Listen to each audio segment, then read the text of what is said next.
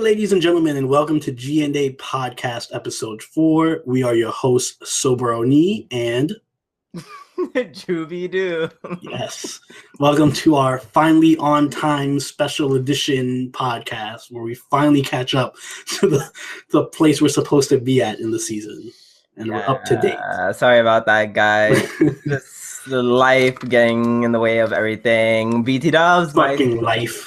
Yeah, my sister just gave birth, and it's a boy, and he looks really fucking wrinkly.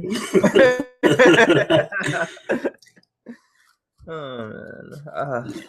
So, in the effort of not making this an hour and a half long, let's just get into it. Yes, by all means. All right. So, Akiba's Trip, episode 5, I believe.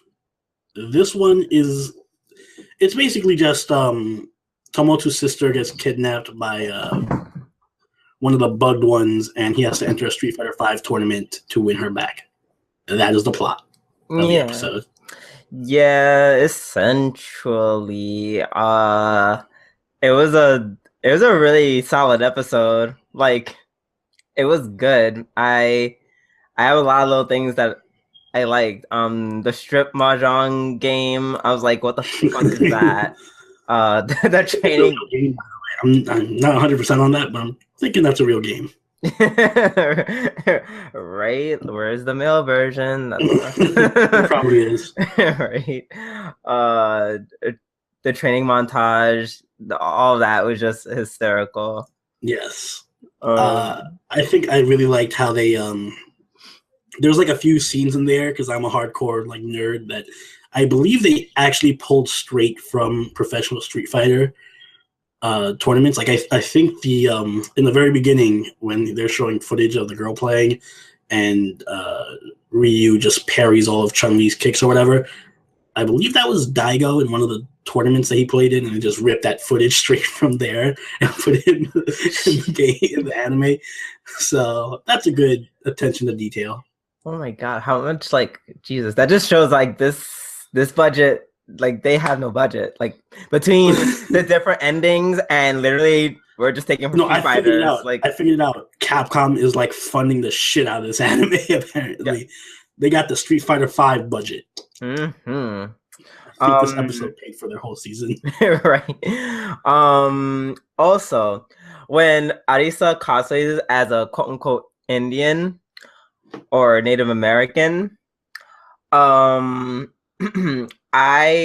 took that one step further, even though I know it's probably not true. It's just because I played a lot of Tekken growing up. So in like that, I don't know, in my mind, like this fighting game like theme that we're doing, I thought she actually cosplayed as like Michelle from Tekken. That's hilarious, because I thought she cosplayed as Thunder from Killer Instinct. I'm like, it's a fighting game episode, so she's cosplaying some fighting game character I'm not aware of right now. Yeah, because that's like, well, at least that's Michelle's motif, like, you know, Native American chick. Yeah. And Niwaka was the little sister, was really cute this episode. And a little bit that she had, a little few scenes that she had, she was pretty cute. Yeah, and Matsuko, like, even though she's only gonna be in this episode once, like, she definitely left an impression on me. She was great. She was hysterical. Did you catch that scene towards the end with Mayo sniffing his yes! What the fuck was that? I wrote down, like, Mayo sniffing Tamatu's briefs? Question mark. Like, I looked at that scene like 5 times, like, what the fuck is going on? Oh my god. Hopefully this is a sign of her finally blossoming. That is the most character development she got exactly. so far this whole season. Exactly. Like, oh my gosh, that was great. Yeah, and there's nothing I disliked about, like, nothing I could point out that I was like, oh, this is not great. Or well, I'll fill in for you then, because I found a couple of things. I mean, it's nitpicky, but for one, like, the other episodes really felt like they were mocking stuff, you know, mocking gun enthusiasts or mocking like radio enthusiasts. This one just straight up felt like an ad for Street Fighter V. Like, I just like wanted to go out and buy Street Fighter V real quick. Right. Really, I really, didn't feel like people, they were mocking it or anything. It was just like they were playing Street Fighter Five. really, when they got over the top and like, it's time getting serious. I have to take off all my clothes. No point. Maybe they're mocking professional gamers or whatever that play Street Fighter Five, but Street Fighter Five itself was not being mocked. So I don't know. Felt like an ad for Street Fighter Five for me. All right. Anything else? Not as much Arisa as I like, and not as much as the supporting cast. But other than that, I mean, solid episode. Yeah, I really liked it. And the next episode looks like it's about PC gaming, so I get to take that personally. That All right. Moving on. Moving on to Chaos Child, right? What? Not Bang Dream? Yeah, no. Chaos Child. Okay, I'm gonna try to make this as short as possible. The clock starts now. A lot happened this episode. So basically, the gang, I'm just gonna refer to them as the gang, they break into this hospital to find the people who made the sumo sticker. While they're in there, at some point Taku starts having like hallucinations, like really bad hallucinations, like he's like freaking the fuck out. And then the genius researcher chick, Kunosado, she's like, she comes out of nowhere, she's like, snap out of it, like I'm breaking in too. Like, and I can't have you getting us all caught. So they all sneak around together, get into like the main control room or some shit like that, access all their files. Like, I love the security or total lack of it. And apparently this place was once a facility where they used to experiment on people to see if they can get psychic powers.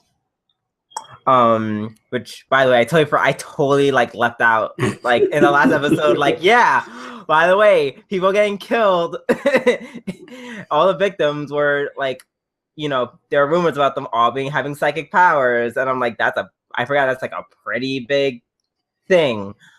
But yeah, anywho, so you find out that they're doing like human experiments on people to see if they have psychic powers. Then they find this. They go through all like the Rorschach test.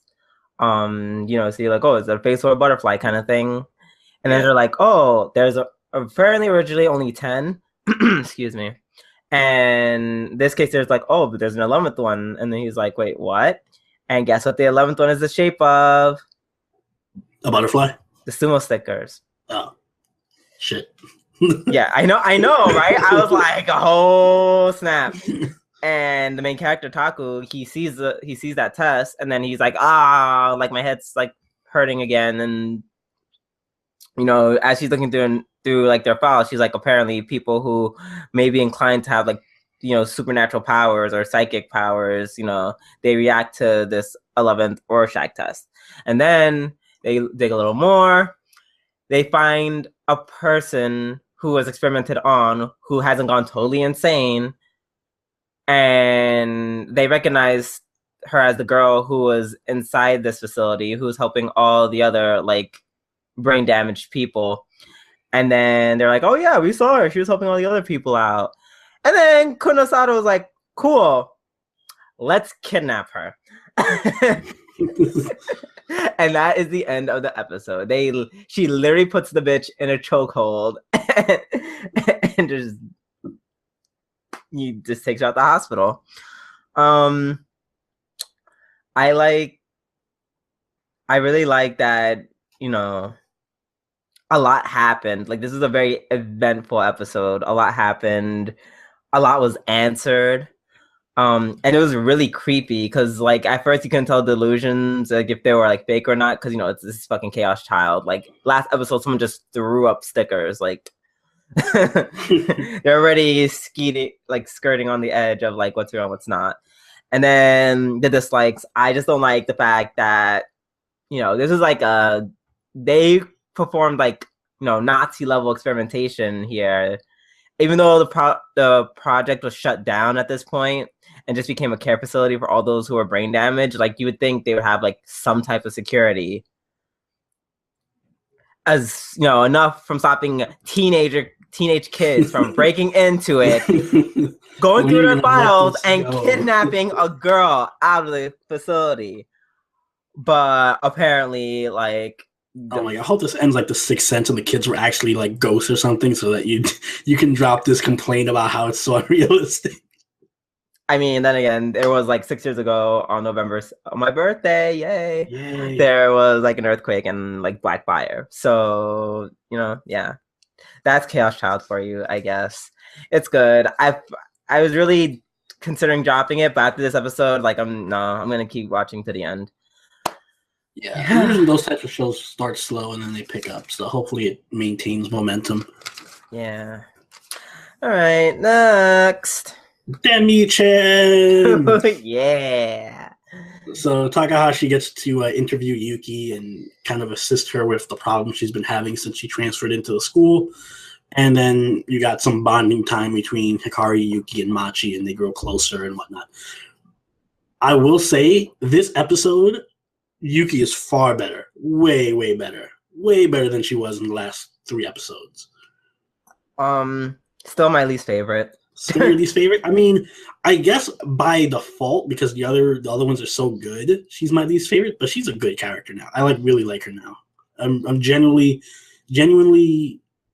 feeling her right now. She's a good character. She's not as bland as she used to be.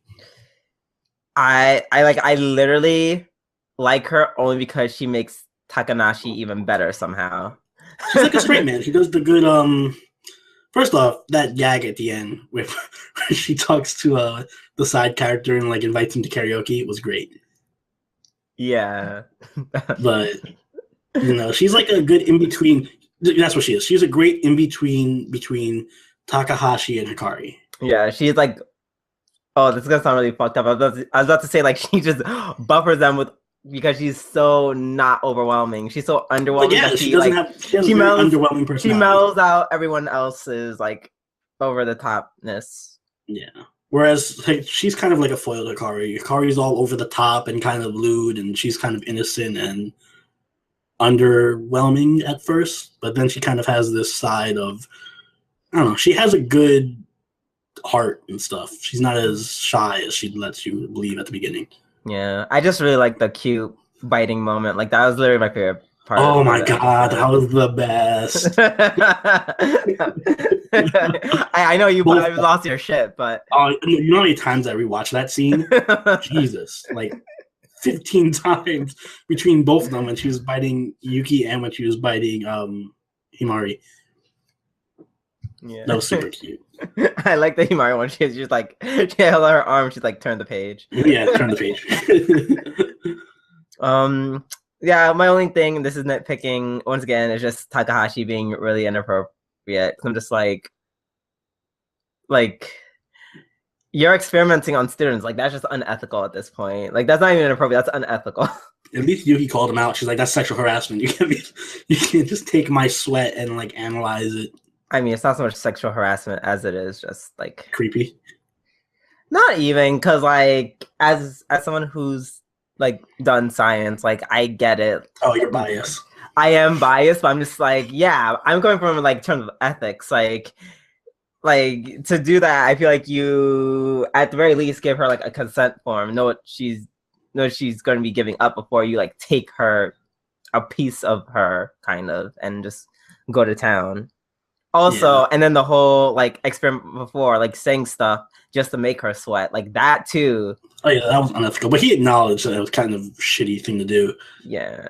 Doesn't make any bad that you did it doesn't. My problem with it was, first off, that first half with Yuki being interviewed and all that was really weak. That was the weakest half of the episode. Yeah, definitely. Like, it was really unforgettable.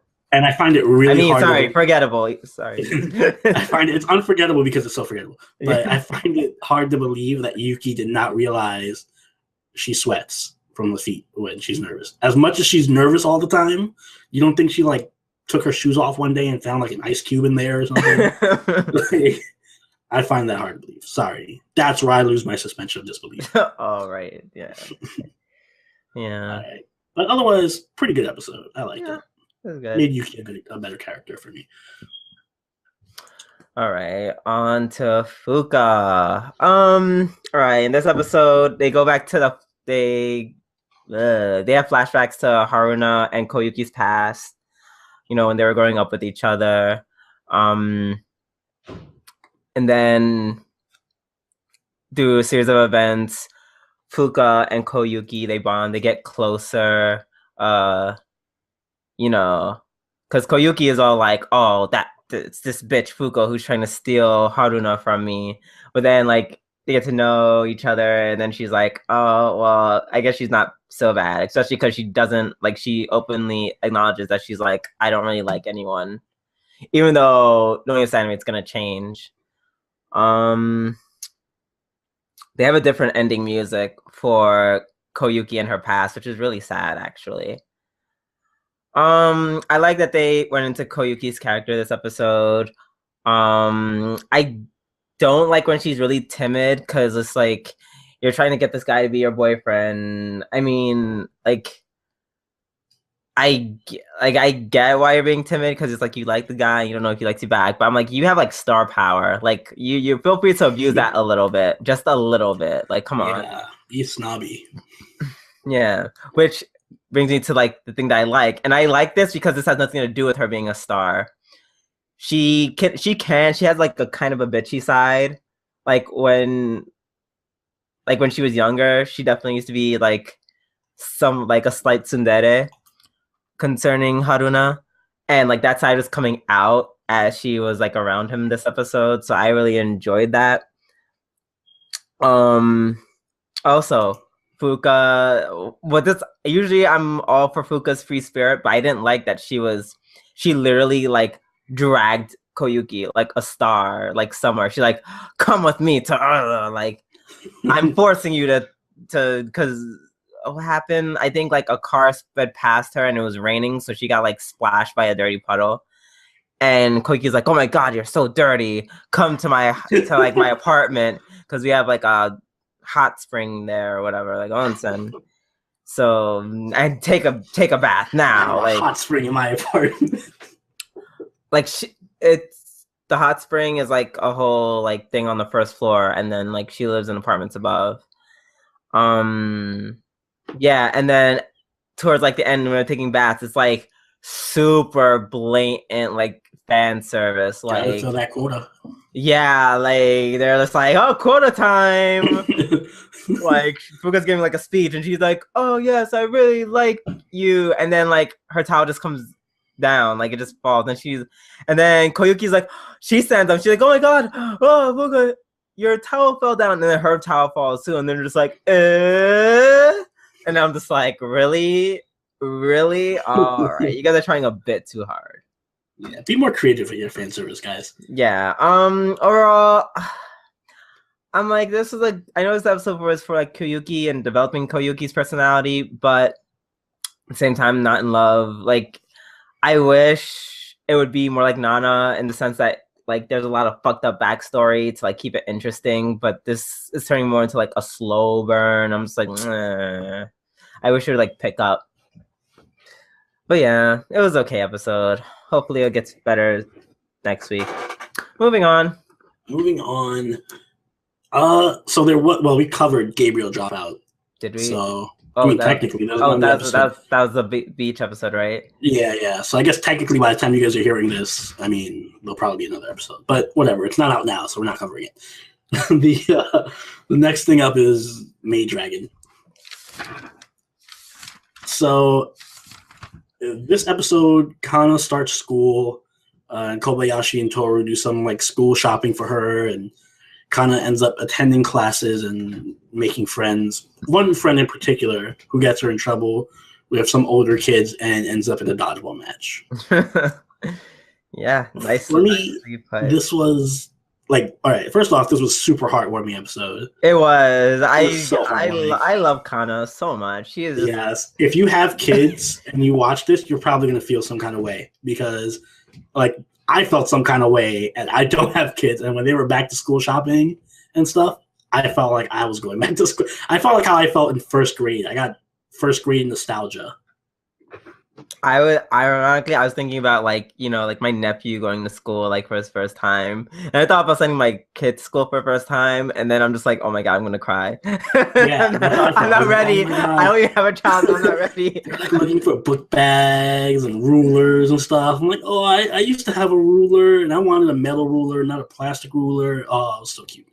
Yeah. Ironically, my favorite things about the episode is that I love how even though Kana is like, she is a kid according to like the dragons and whatnot. She's far more intelligent than them. Not just like pure intelligence, like in terms of like emotional intelligence, like she's just smarter. Like in what you call that? What's her friend's name? Do you remember? Fuck, I forgot her friend's name. Yeah, I didn't really remember her name, but anyways, this girl tries to start a fight with her, and then she just manipulates her into stopping, like Yeah. and masterfully. And I'm just like, shit. All right, oh, she's kind of scary, but like in a cool way. I liked it. I liked it a lot. Dodgeball scene was obviously pretty funny. Like once again, those really like outrageous like action scenes. Yeah, way over animated and way too much budget for it just being a dodgeball scene. Yeah, I don't know the new girl's name, but I love her. I gotta find out her name. Yeah, she has spunk. Also, I mean, she's borderline in love with Kana, so that's kind of a thing. Yeah, that is true. Any dislikes? I don't have anything to dislike about it. No, I don't have anything to dislike either. I guess it was a safe episode. There's nothing to dislike about it. That's my dislike. The episode was super safe, and there was nothing to dislike about it. You could just say nothing. You could just say that. No, because it wasn't like, all right, so it wasn't extremely good. Like, it's not top tier, but it wasn't bad. It was above average. Well, I fucking liked it, so whatever. I loved it. Don't twist my words. It's not top tier. I'm just trying to fill out the chart, all right? I have to have a dislike. All right. Next. What is next? Scroll down. Good sir. Oh my God! I knew to flip for this episode. Oh, this is the best episode ever in the whole fucking franchise ever. Oh my God. Ladies and gentlemen, Konosuba and oh my God. I don't even know where to begin. Like, yo, this is a pure darkness episode. You guys didn't know darkness has been gone more or less for the first 3 episodes, and boy did she come back in with a bang. Holy fuck. Oh my, like literally I only wrote like 2 things because I was like, it's either I write these 2 things or I write every single thing that happened as like my life. Because it was great. Basically, they spent all their money. They're broke as shit. Then this woman strolls in. I thought it was like the woman from like the bar where they have like all the quests. And then they're like, "Who's that woman?" And she's like, "Are you guys kidding me?" And I'm just like, "Wait, is that Darkness?" Oh my God! I literally put Darkness question mark and put like 7 check marks. Like. I like your note-taking system. Yeah, yes. Oh, and I only do it for her, by the way. But yeah, so basically she is basically more or less being forced to have an arranged marriage meeting with the son of the Lord that she like kind of made a deal with in the first episode to save Kazuma. Did I say that right? More or less. Yeah. That was it? Yeah. Yeah, and then the entire time she just tries to like ruin the whole like wedding arrangement. I mean, it worked, just not in the way you would imagine. Like, oh my god. Like, oh god, I'm having... I forget what this scene is referring to, because I wrote down this quote thinking I would remember what the scene was. I was like, he said, Darkness said that he didn't have... Oh, right! When she was referring to like the what you calls it, the Lord. When they were like, oh god, everyone's like assuming that he did the verse to her, and she's like literally says, quote unquote, he didn't have the guts. Yeah. And so then, like, just like the whole episode, she's just trying to get the Lord's son, who's like this perfect knight, gentleman person. Meanwhile, making Cosmo look like the worst. Yeah, he got the raw end of the deal in this episode. Oh man! And the whole time Cosmo was trying to work against her because he was like, "Wait, I don't want this like masochist knight who can't land a hit on my team anymore," which didn't make any sense to me. But thank God it didn't work. And then, oh my god, Darkness's rant of like her image of the perfect guy, top tier monologues ever given. Best monologue in the series. Oh my god. Oh my god. It was everything. It was just god, like, yeah, no, this was by far the funniest episode of the season, bar none. Like, I was dying. I had to pause a few times and stop because I was just dying from, especially was the part after Cosmo beats up Darkness, and then her father walks in with the wine. Like, guys, I got some wine, and then he just drops it, and then Aqua's like, "They did it." He's like, "Prepare to execute them." Yeah. No, yeah, Darkness came back with like a vengeance in this episode. Oh my god, it was insane. It was just pure insanity. It was everything I ever wanted, and I think I'm gonna watch the episode again. Yeah, no, it was like every level of it. I don't think there was any joke that failed. It was just literally the craziest shit. Like, oh my god, yes, Jesus fucking Christ, it was amazing. It was. I will say the only dislike, and this is me because this is still my favorite episode out of the whole series, like no matter what. Yeah. My only dislike is literally that they once again removed Megumin. That's gonna be my dislike.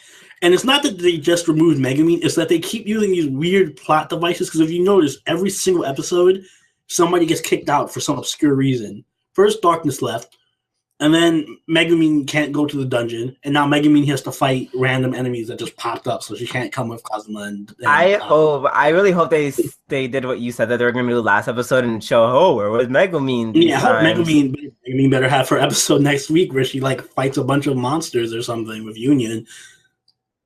Yeah, because they just keep randomly. But other than that, I mean, that's nitpicky. This was amazing 10 episode. Fucking yeah. All right. Yes. Now that being said, time to kill the mood. All right, guys, enjoy that fun conversation we just had, because now it's going to be a really shitty conversation about how much I hate life and everybody in it. So, Kuzu no Honkai this week was about people being assholes and bitches, and how much of a bitch and asshole can you be? And I think Akane proved, is that her name? Akane? Yeah, it's Akane. Yeah. Proved that there is no limit to how bitchy and assholey you can be. That's the summary. Yeah. That's my summary. Literally, I love how the title is called Bad Apple, and I'm just like, she's not a bad apple. She's literally like a bad tree. She is the poison that kills the tree, and the apples are perfectly fine. This is the tree that corrupts the apple. That is Akane. Yeah. she is the paid worker that mows down the tree Yes. and turns it into paper. She is the paid worker who mows down the tree and turns it into paper, and then her boss comes back and said, "You know, I didn't tell you to burn down that tree." And then she's like, "I know. I just wanted to see it burn." Literally, that's literally her to a T. She's literally like, and I'm thinking like everyone has like their kind of reasons why they're kind of fucked up. She's just like, I'm just the worst. Like, yeah, no, that's literally her reasoning. Her reasoning is, I just want to see as much. I want to exploit people as much. She has a fetish for exploiting people. Is basically her character in a nutshell. Yeah, she just wants all men to fall in love with her so that she can basically use them as trophies for herself. Wow. At the same time, watching like everyone else that she hurt in the process, like just watching them die inside. Like that's what she gets off on.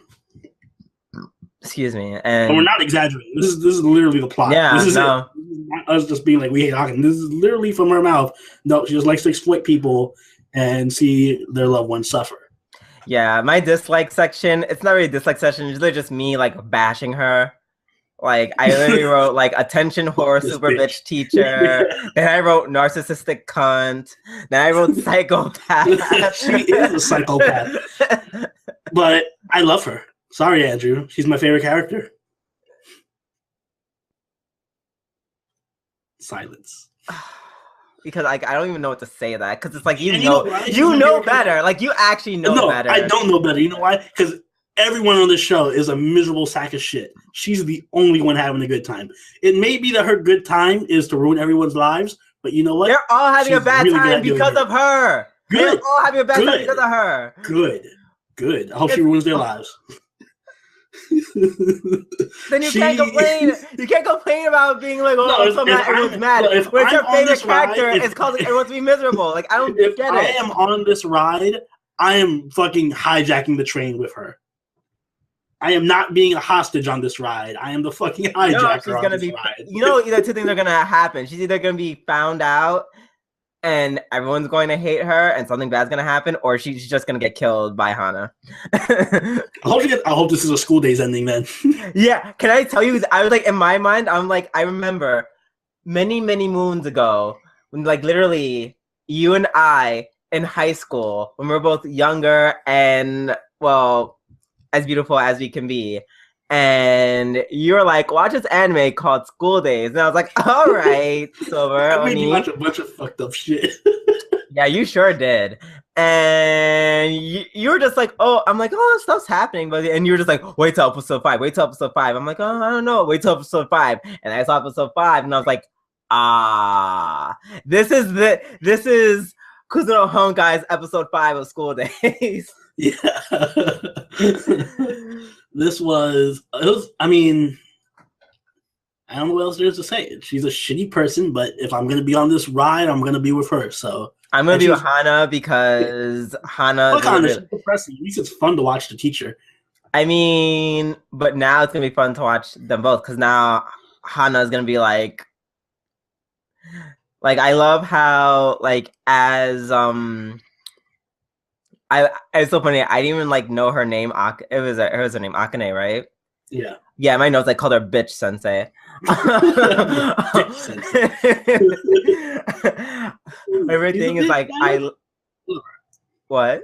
I love her. She may be a bitch, but I love her. Yeah. So, anyways, I'm just calling her bitch sensei. Anyways, when bitch sensei narrates, like it's like her thoughts. Like I love how the screen is just like all this like black, like weird sludgy background that's just like dirty and evil.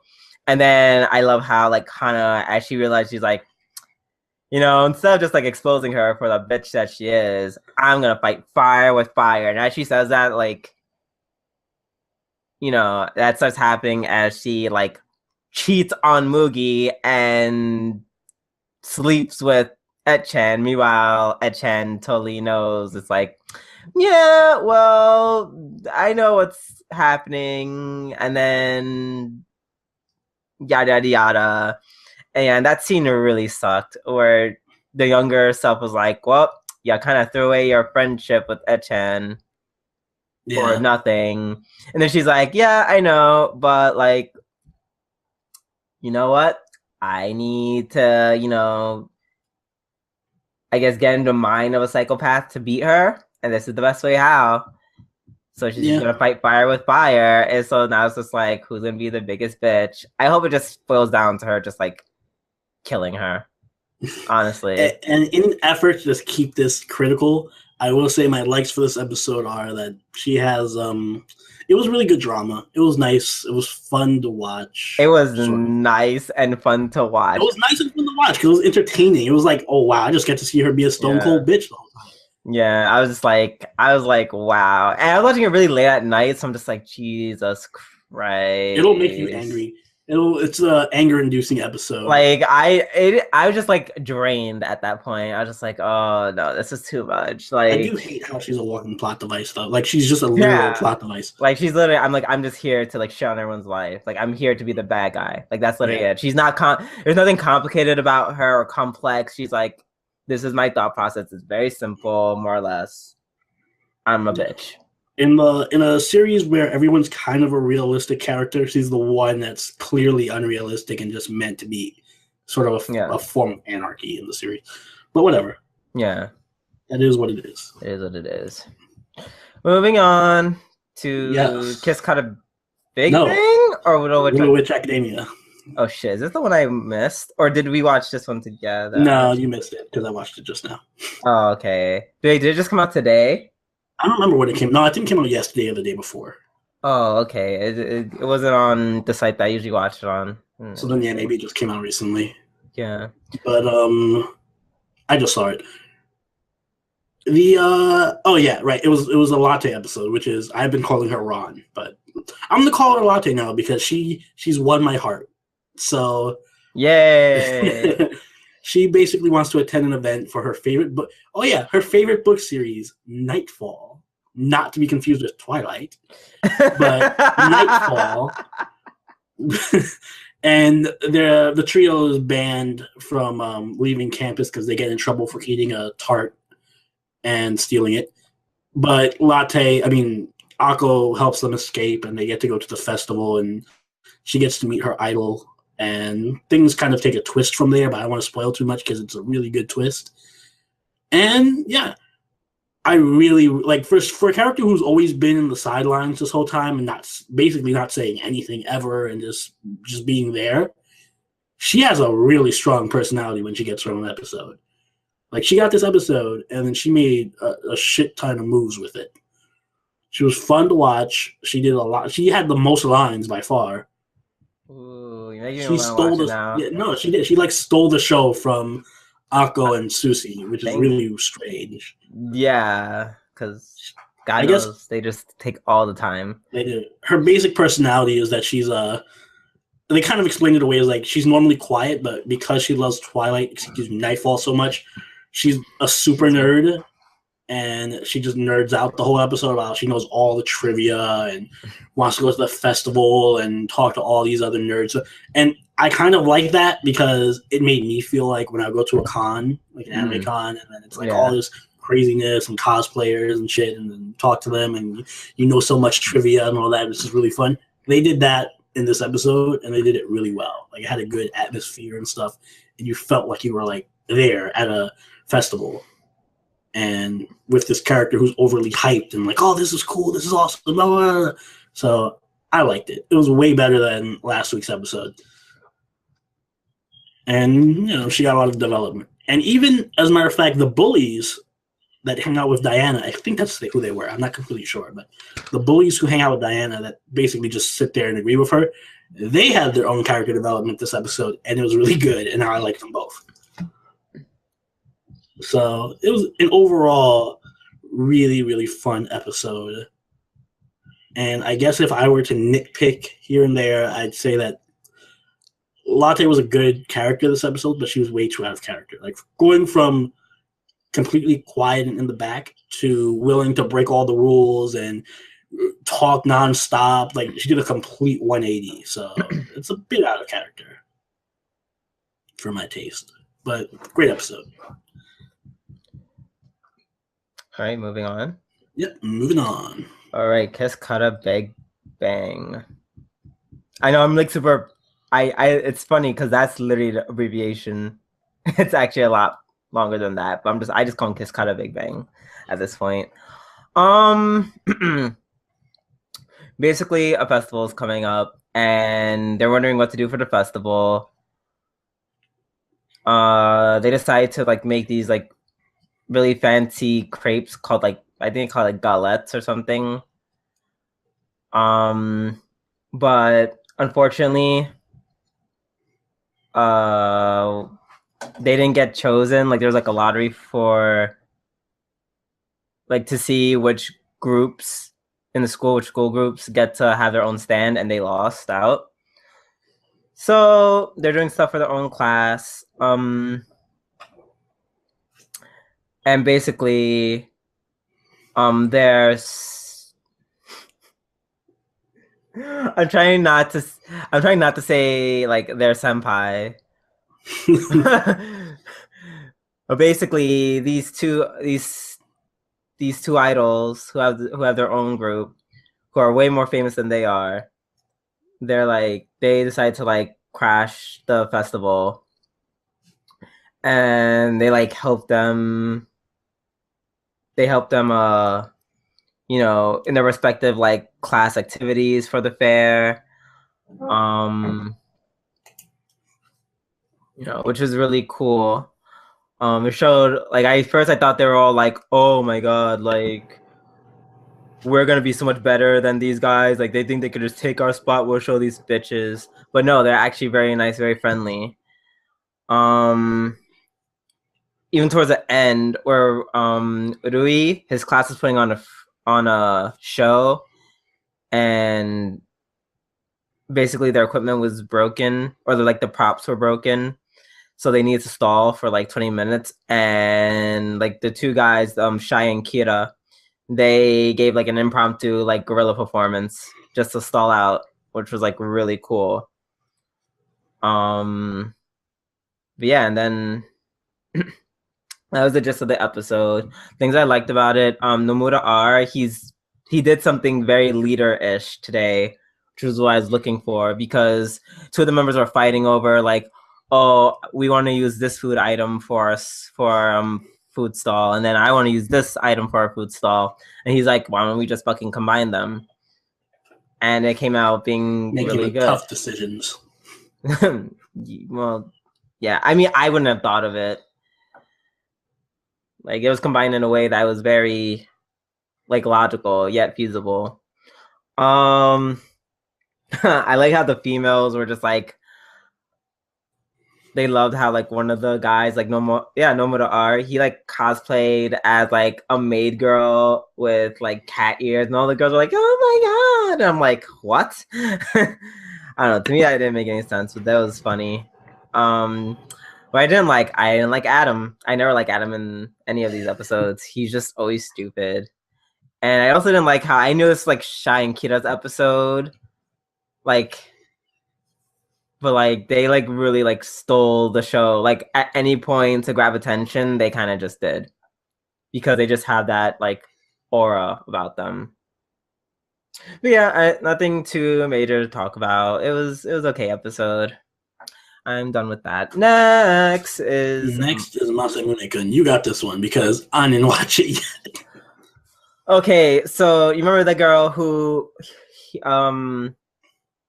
like ran to him and like hugged him and shit, right? Yeah. I forget her last name, but her first name is Neko. Oh wow, what a shock. Yeah, and Aki was like pissed. Aki was pissed, like extremely pissed, because she put out all the stops. She's like, "Oh my god, I'm so happy to meet you, Masume-sama," like the whole 9 yards. And yeah, and Aki did not like that. So, and he's like, "Who the fuck are you?" Yeah, and then suddenly, to make things worse, she transfers to his school. Of course, like in an typical anime fashion. Yeah.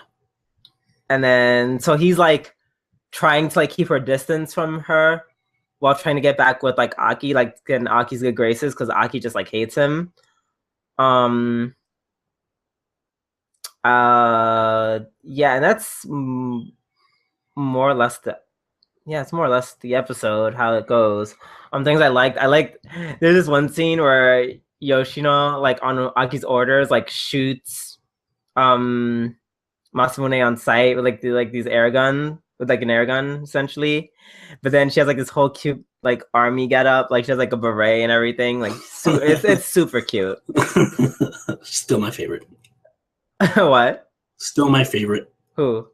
Yoshino. Yeah, it was super cute. I like Neko in the sense like she realizes like she's not as nice as she lets on. She's like, okay, she realizes that this Aki girl is a threat, and she's like, I need to get rid of her somehow. And I love the scene where like like the wind blows and her skirt blows up, and yeah, she's just totally goes commando, and only Aki and Masamune see it, and they're like, what?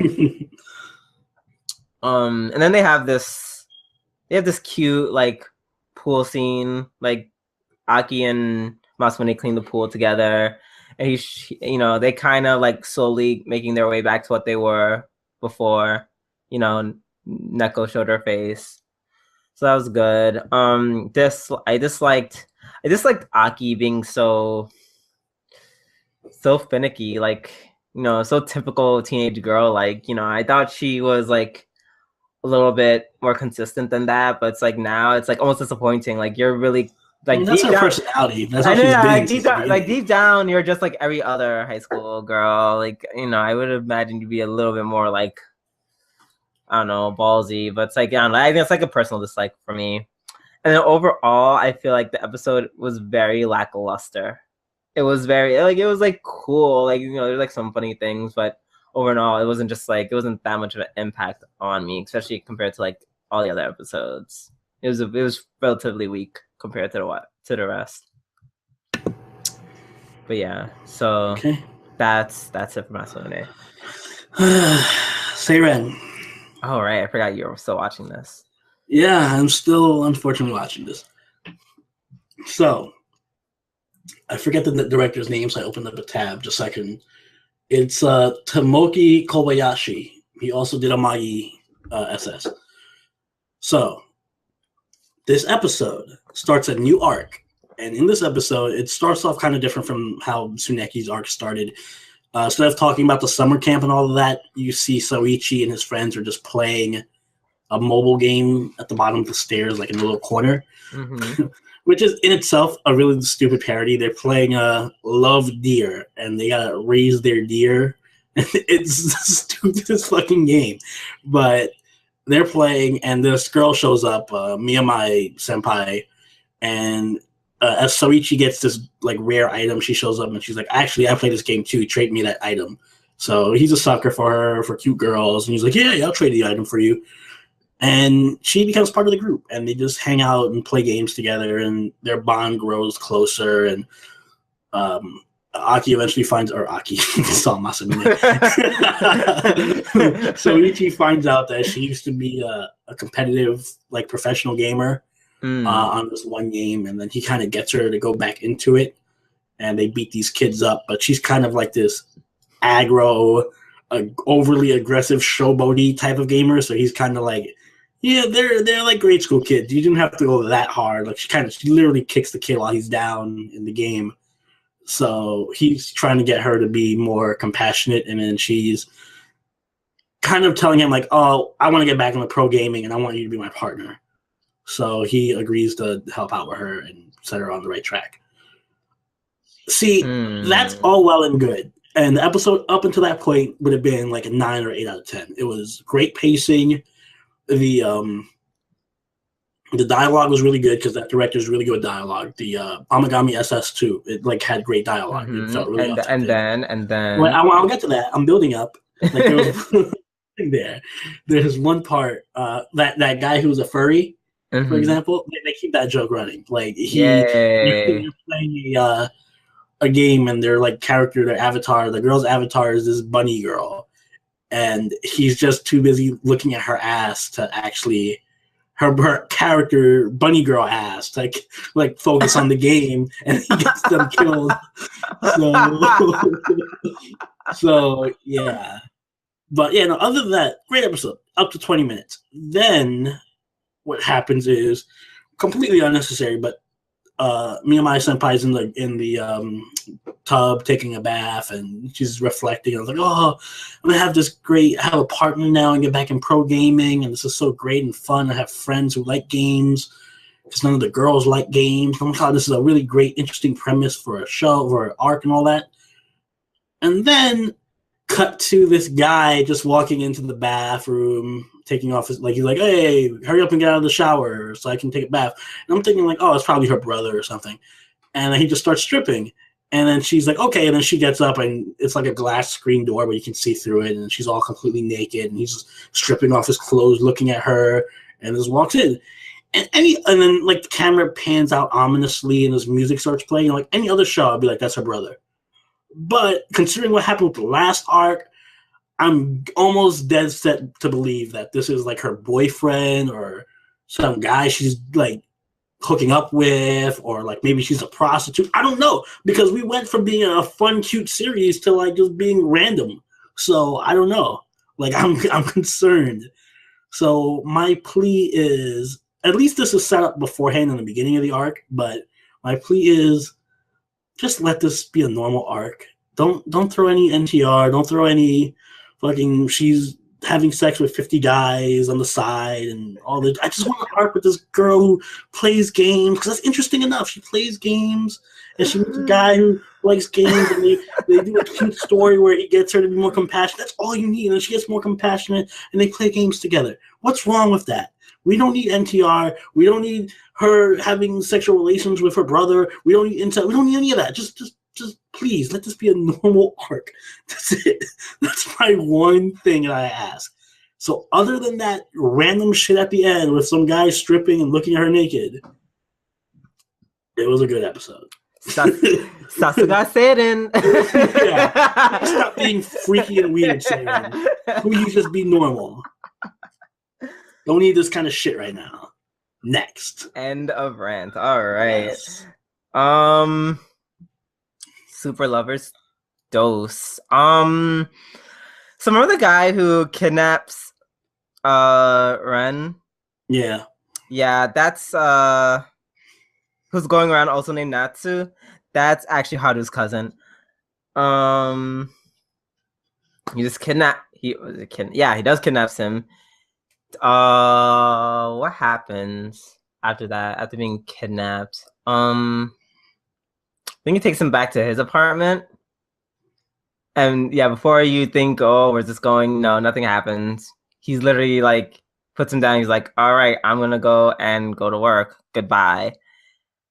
And then, oh yeah, I think he like cleans the guy's apartment and then just goes back home.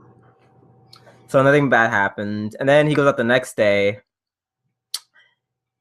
He cleans some more. He goes back to this guy's house because he's like, I want to find out more about Haru's past, because Haru doesn't talk about his past because, you know, it's really complicated. Excuse me.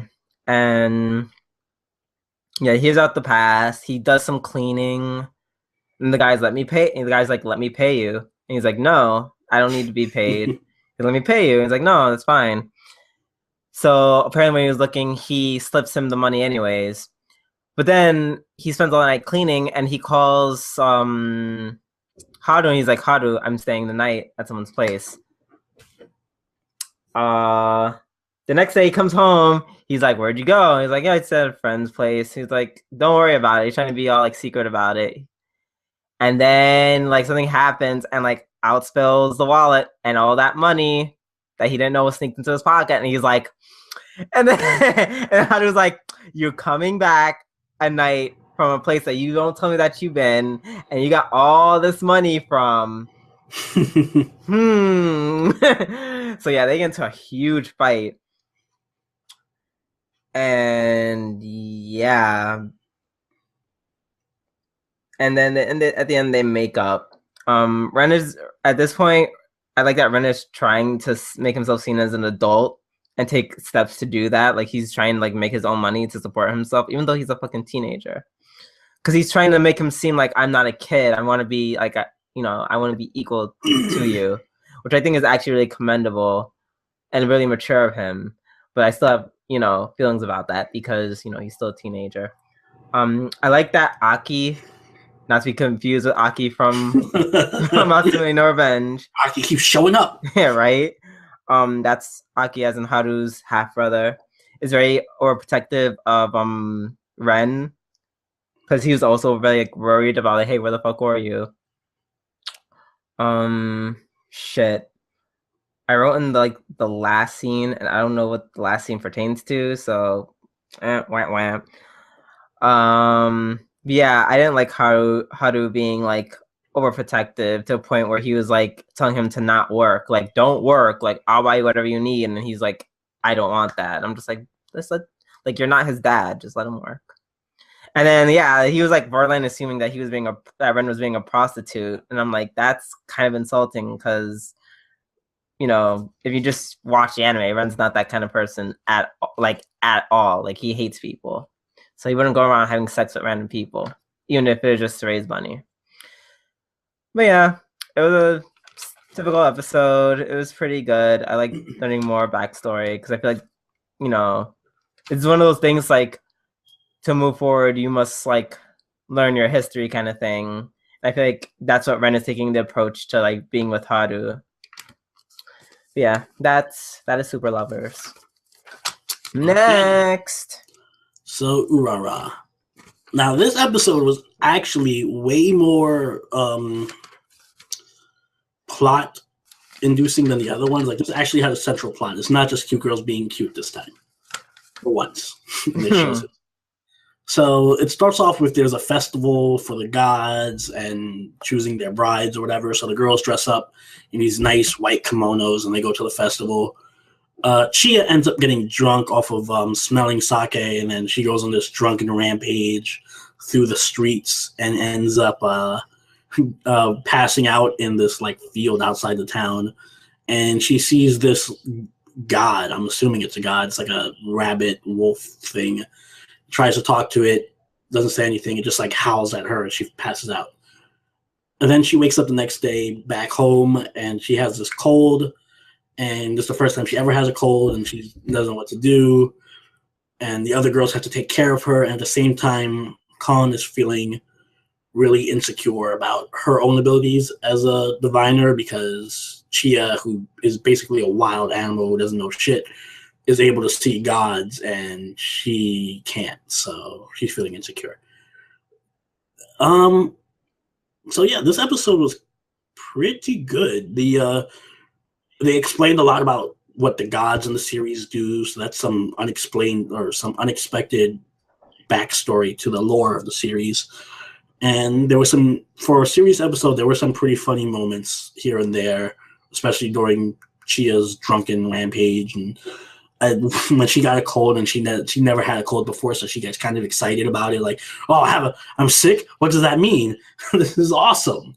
So and then she liked how everybody was doting on her and giving her shit, so she was like super hyped about it. And then there was a lot of character building for Kon because she was all insecure and like, oh, how am I going to get better and yada yada yada. So I mean, it worked on all levels. There's a couple of things. First off, if you don't like Chia, you're not gonna like this episode because both parts of this episode were pretty much Chia focused. And I'm indifferent towards her, so I didn't mind it. But if you don't like her, you're not gonna like it.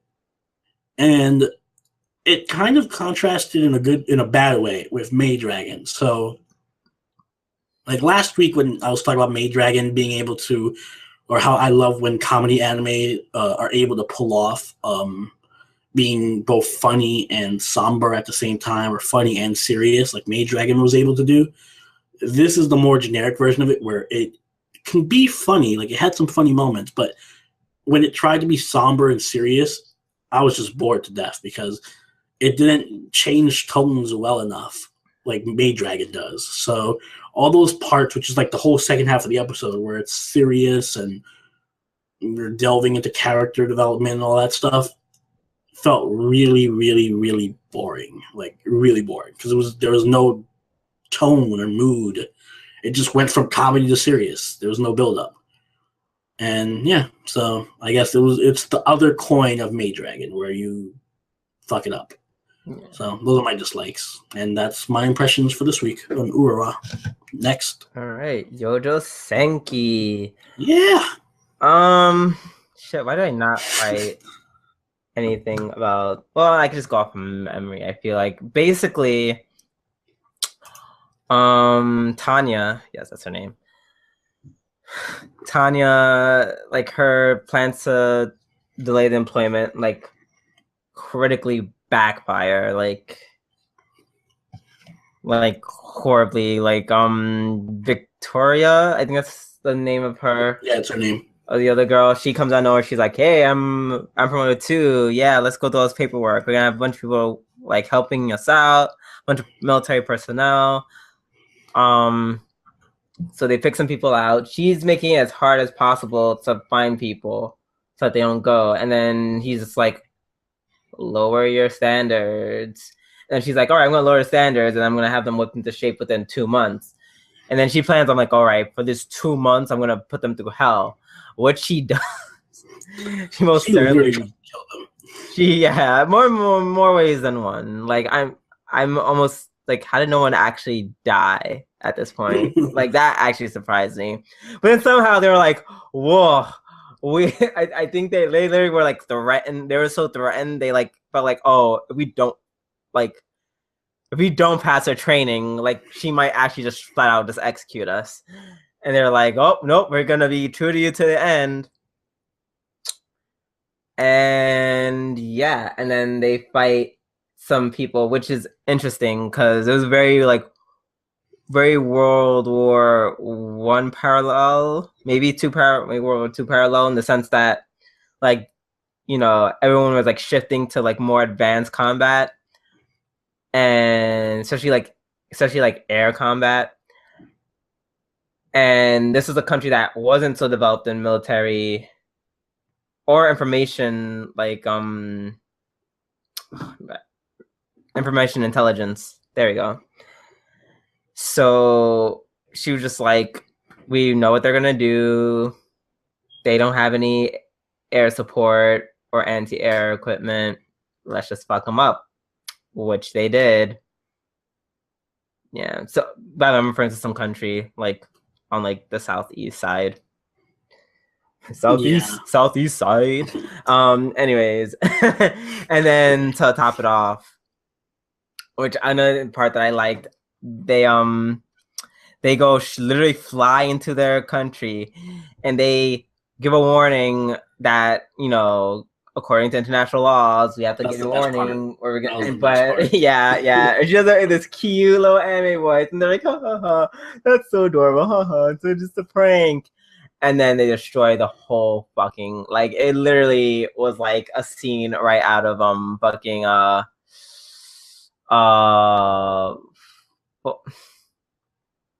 what was it? Not Fullmetal Alchemist, but for the Vietnam one, Vietnam movie. Apocalypse Now?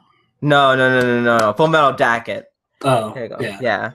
Like at the end, it's literally a scene out of that, and everything's just like awfully destroyed. Yeah. So yeah, all those specific points that I just mentioned, that's what I liked about it. I don't really have any dislikes. Like it was just a good episode. Really, it was funny in the sense that she was trying to kill them and it didn't work. It was funny, kind of watching them kill like all these poor people who haven't adapted to like the current like style of like modernized warfare, and like the whole bombing thing, that was like hilarious. Like yeah, as Silveroni said, that was like the best scene. So this episode for me was like a solid like 8 or 9 out of 10. So pretty much for me it was a 9 out of 10.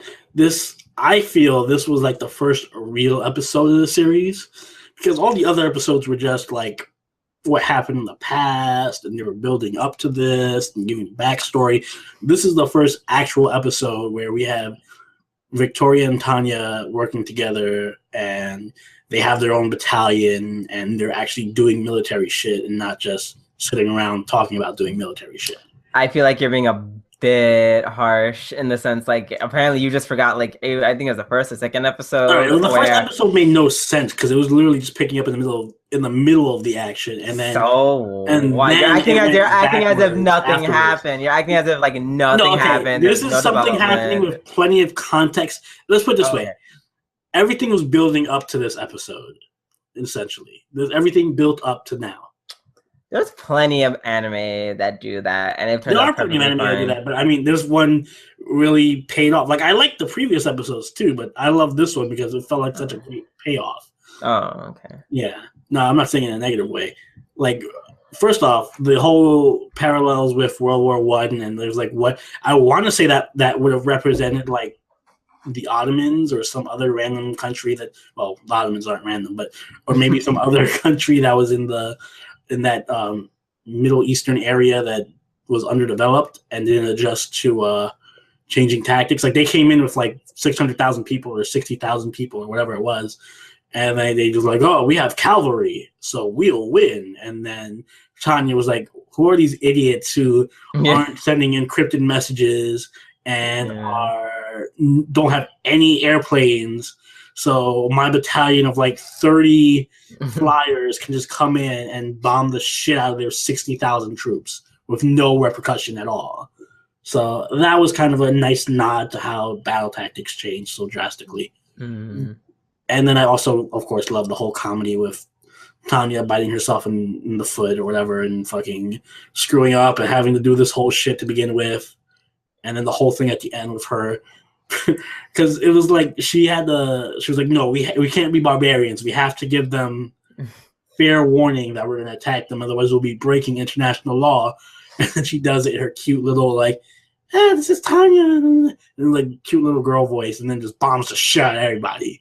It was so funny because I thought she was gonna do like this great, like super crazy, like speed. Yeah, I thought she was gonna give like a whole like, listen, fools, now you'll all perish and shit. No, she did like the opposite and then blew the shit out of everybody. It was fucking great. So I guess in the same episode we got to see Tanya being like a genius and being over prideful to the point where she hurts herself at the same time. So that was cool, and I really like that. And I'm trying to think of a dislike. I guess my only really nitpicky dislike would be God, always something with you. Jesus it is always Christ. something with me, I know. I guess in the beginning, like alright, I get the purpose of they had to fight that big ass army of 60,000 people.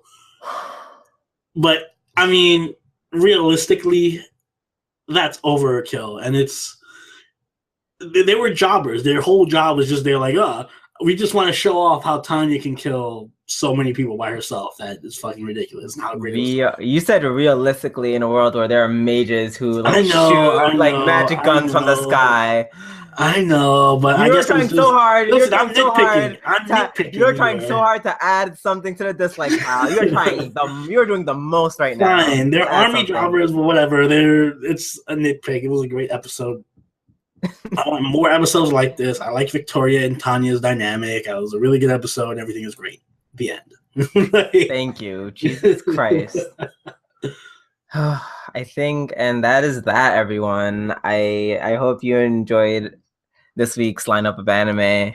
Yes, we are finally on track. And I just want to remind everybody that we will be releasing these every Monday, right? Yeah, Monday. Yes, we're shooting for Monday. Mondays. Monday. Yeah. So we're releasing on Mondays going forward. Yeah, don't forget, if you enjoyed the episode, comment, subscribe, tell us what you like, tell us what you didn't like, tell us what you'd like to see different, and maybe we'll make some changes accordingly. I said like and subscribe already. Like us on Twitter.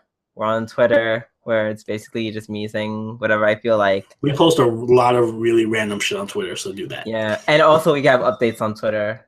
So right there. I'm probably going to update our Twitter after this episode, saying that we're going to be We're gonna upload this on Monday, God willing, of course. Nope, should be there. Should be there by Monday. All right, you heard the man. Yeah, I swear it on my soul. All right, guys, thank you so much. And until next time. Yep. Bye. Later.